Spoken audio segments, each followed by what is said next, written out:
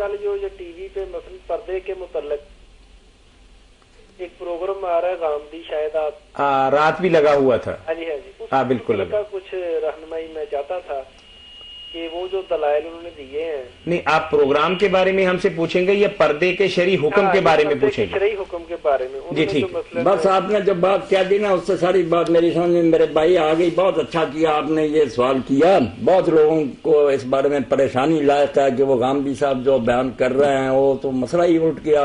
انہوں نے بالکل خود ہی چھٹی دے دی کہ زیب و زینت کے ساتھ بے پردہ عورتیں جیسے جی چاہیں بیٹھے ہیں، لوگ دیکھتے رہیں، بہت خوب دل بھر کر دیکھیں، اور جب نظر خراب ہونے لگے دیکھنا نہیں منع، گھنٹہ دیکھتے رہیں، جب پتہ چلے کہ سوئی تو بدلنے لگی دل میں برا، اس وقت وہ نظر ہٹا لیں.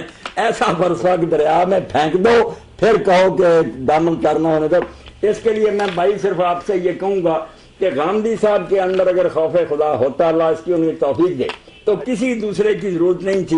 ان کے استاد حضرت الامام مولانا امین حسن سائی رحمۃ اللہ علیہ کی آپ تدبر قرآن لے لیں، سورہ نور دیکھ لیں، سورہ احزاب دیکھ لیں، اور سید ابو العلا مودودی کی تفہیم القرآن دیکھ لیں. یہی دونوں مقام سارے دلائل کا جواب آ جائے گا. جو یہ باتیں گھڑ رہا نا کہ یہ اس وقتی ضرور حالات کے تحت تھا، یہ تھا وہ تھا، اس کا صفایا ان کے استاد نے خوب اچھی طرح کیا ہے.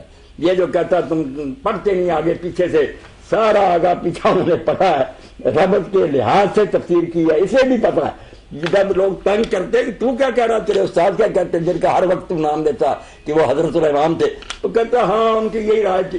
اب آپ دیکھیں کہ اگر اس طرح علماء پر بے اعتمادی پیدا کر دی جائے کہ پچھلے بھی احمق تھے، میرا استاد بھی احمق تھا، تو آپ کے بارے میں کیا گارنٹی ہے کہ آپ احمق نہیں ہیں؟ ساری دنیا کے بیوقوف گزری ہے، تیرے بارے میں وہی آئی کہ تو جو کہ کل کو اٹھے گا وہ کہتا غامدی بھی غلط. یہ تو تم دین کو مزلزل کرنا چاہتے کہ جو اسپیشلسٹ ہے. یہ تدبر قرآن اور تفہیم القرآن دونوں کافی ہیں. تدبر تو اس کے لیے حجت ہے کہ ساری تفسیر تیرے خلاف ہے. جو کچھ تو پردے کے بارے میں کہہ رہا، تصویر کے بارے میں کہہ رہا، مجسم پڑھ رہا. اسرائیل صاحب نے کیا لکھا اس پر موسیقی کے بارے میں؟ ایک مرتبہ مولانا میں نے جمعہ مثلا پڑھا تھا یہی مسجد میں نا آپ کے، میرا تعلق فیصل آباد سے ہے جی، تو یہاں یعنی کہ میں قیام ہوں، یعنی کہ مثلا اللہ برکت دے، مہربانی ہے. تو وہ میں نا اس لیے مجھے یہ پیدا ہوا کہ آپ نے تو پردے کے متعلق بڑا مثلا یعنی کافی سخت لہجے سے، سخت لہجہ. میں تو اب بھی کہتا ہوں اگر امت کو تباہ کرنا اور اس کی جڑیں کھودنی ہے تو رہی صحیح کثر بے پردگی سے ہو جائے گی. تو وہ یہ جب بے پردگی ہو جائے کچھ نہیں رہے گا، پھر بچے بچیاں نہیں بچ سکیں گے. غامدی صاحب کا اور آپ کا نقطۂ نظر ٹکرا رہا تھا. بالکل ٹکرا رہا. اور میں نے ایک پروگرام ان کا دیکھا تھا تو اس میں ایک بچی بھی بیٹھی ہوئی تھی، ان کی ہم خیال ہی ہوگی، مگر ایک سوال اس نے ایسا کیا کہ غامدی صاحب کو کوئی جواب نہیں ہے. آپ بھی آپ اس کی سیریز لے لیں تو دیکھیں.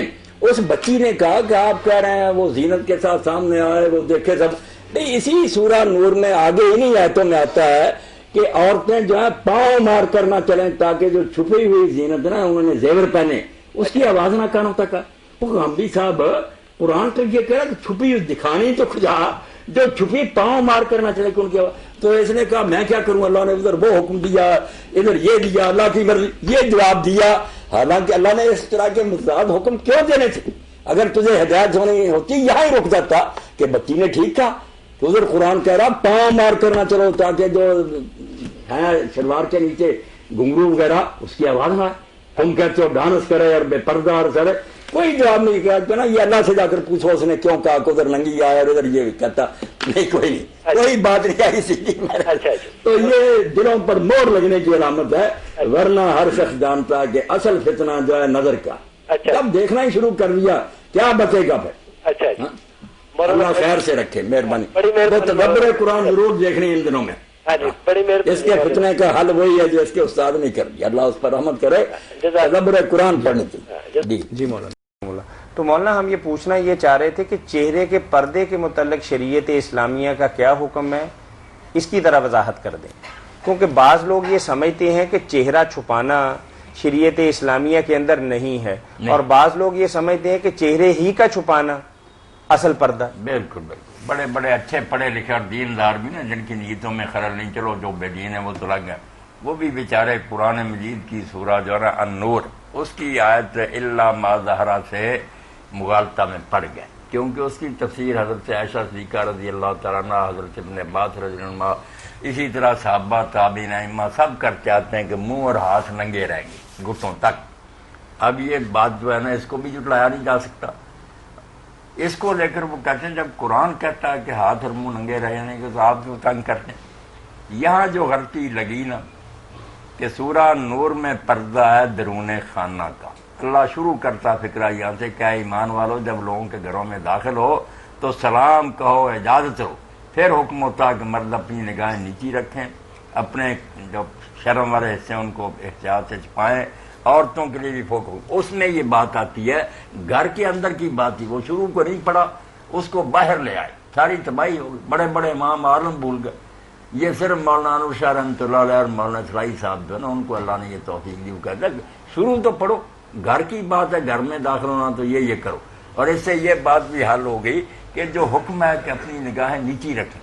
اس پر لوگ سوال کرتے تھے کہ جب تم کہتے ہو چہرے ڈھکے ہونے چاہیے تو نگاہیں نیچی کرنے کا فائدہ کیا نظر آئے گا جس کی وجہ سے.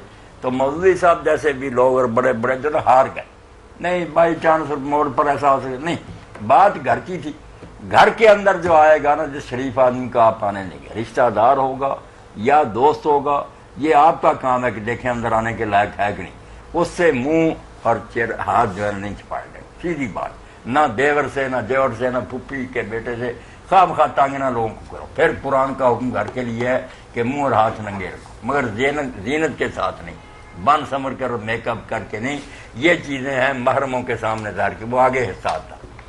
باہر جب نکلیں گے تو آئے گی سورہ احزاب کہ جب عورتیں جو ہے نا گھر سے باہر نکلیں تو اپنے وہ بڑی چادریں لیں, اس کا ایک پلو اپنے آگے لٹکائیں تاکہ ان کے چہرے نظر نہ آئے اور پہچان آ جائے کہ یہ شریف زادیاں ہیں, ان کو چھیڑنے کی ضرورت نہ کرنا. یہ بات وہاں بیان ہوئی ہے کہ اے رسول اپنی بیٹیوں بیویوں مومنوں کی عورتوں کو کہہ دے کہ گھونگھٹ نکالیں. وہاں تفسیر جو ہے نا صحابہ تابعین سے یہ پورا چھپاتے تھے, ایک آنکھ ننگی رکھتے تھے راستہ رہے. تو گڑبڑ کر دی کہ باہر کے پردے کو اور گھر کے پردے کو آپس میں خلط ملط کر ایسے سیٹ نہیں ہوتی. بڑے بڑے امام عالم میں پڑھ چکا ہوں, ان سے بات نہیں بنتی. حالانکہ بات بالکل سادہ ہے کہ گھر کے اندر نہیں تنگ کیا گیا بچیوں کو, منہ ہاتھ ننگے رکھ سکتے, باہر جو ہے نا چھپانا پڑے گا. سچی بات ہے. اور یہی صحیح. ٹھیک ہے,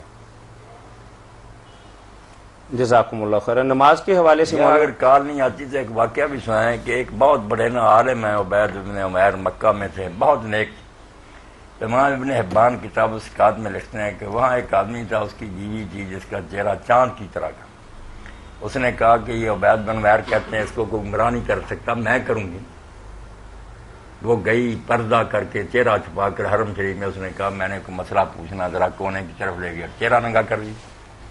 اب عبید بن عمیر نے اسے کہا اللہ سے ڈر جا. اتنا واز شروع کیا کہ مرنا ہے, یہ حسن سارے ختم ہو جائیں گے, جہنم میں جلے گی. اتنا واز کیا کہ اس نے منہ ڈاکا, واپس آئی, تہجد گزار ہو گئی, ساری باتیں چھوڑ دیں. اب وہ کہتا تھا اس کا خاوند کہ عبید بن عمیر نے میری بیوی کو بگاڑ دیا, یہ تو درویش بن گئی, ولی اللہ بنا لی, گئی اس کو بگاڑنے کے لیے. مگر اس نے اللہ کی توفیق سے ایسا آواز کیا کہ پردہ بھی کیا اور نیک بن گئی. تو چہرے کا پردہ تو ہمیشہ سے شریف زادیاں کرتی ہیں.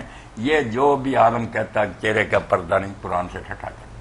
بالکل اسلائی صاحب کی تفسیر بھی اس موقع پر تدبر قرآن ضرور دیکھنی چاہیے, بہت عمدہ. جزاکم اللہ خیر.